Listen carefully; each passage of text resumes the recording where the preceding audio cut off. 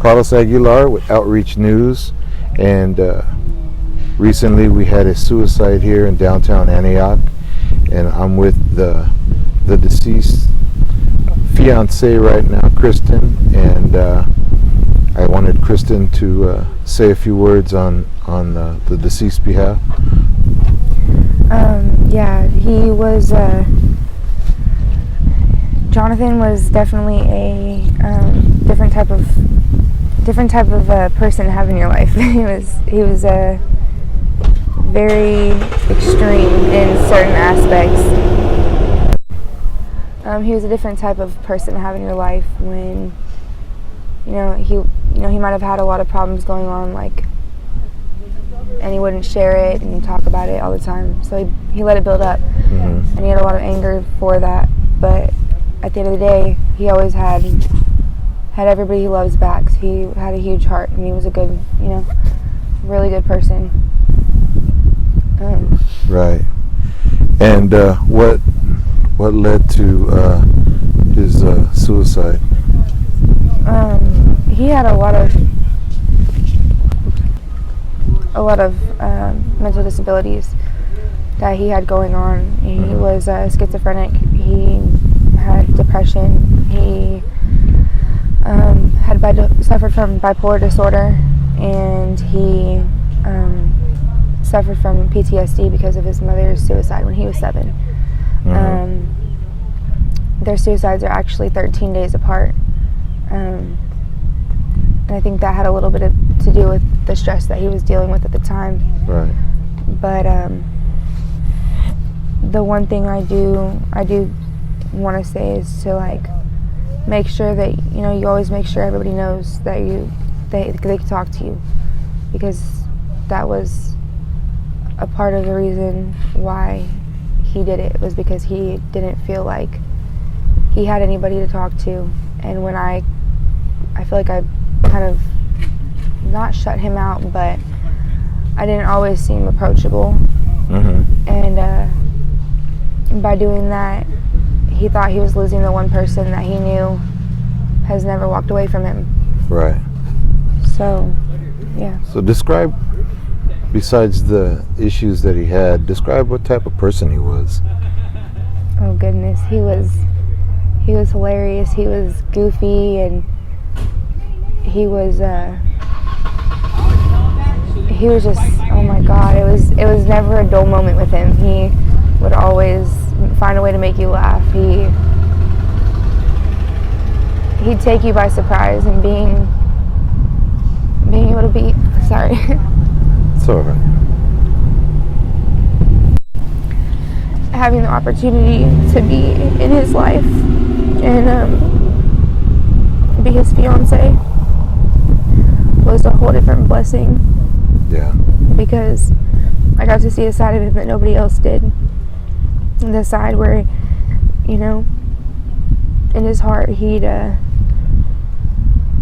wouldn't express himself verbally, but he showed you in his own way how he felt and how much he cared. And yes, it might not have been in the way a normal person might do it, but really there is no normal at the end of the day. He had his own his own personality and his own vibe. He danced to the beat of his own drum. He really did. But he was an amazing person, an amazing dad, fiance, son. Right. How old was he? 28. 28 years old. Wow. Yep. January 23rd, 1991. You also had something you wanted to read.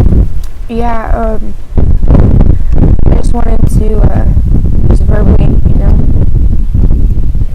voice this, to help everybody think about, actions, and, how you treat somebody, how you, basically how you seem, or how approachable you are, should be something you keep in mind when you're going through each day. Is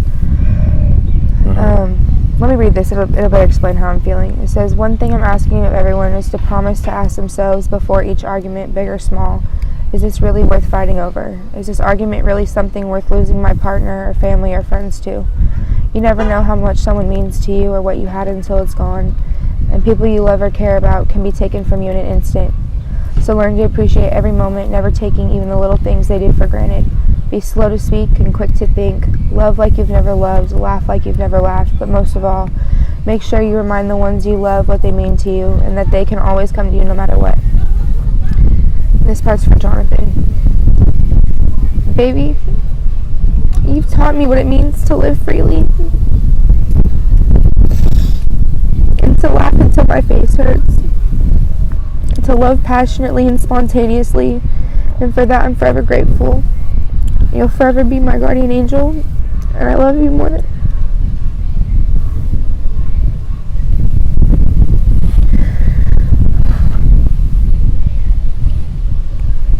Thank you so much. I appreciate your time. And if we could just reach one person out there, if one person is listening right now, you know, suicide it's big out here in Contra Costa County and throughout the United States. So and one thing, I'm sorry to cut you off, one thing I do want to say is I suffer from depression as well, so I understood a little bit about what he was going through. Mm-hmm. But I know it's not always easy to ask for help, and with men it's kind of a pride thing, and he always admitted it. He's like, damn right, I'm not asking nobody for, you know, for nothing. Yeah. But at the end of the day, like, it's your life. Your life's more important, and you know, the people around you. I didn't realize how many people cared. I thought I didn't have nobody but him. I lost a lot of people along the way. But having this happen, and you know, this happening in my life, and losing, you know, my fiancé at such a young age, and me myself only being 18, it's a lot. You don't ever like really learn how to cope with these things. But don't be afraid to ask for help, because at the end of the day, your life and the people who love you is going to be affected far worse than you think. Right. Thank you so much for your time. Please call the National Suicide Prevention Lifeline at 1-800-273-8255. Your life does matter, and there are people that care.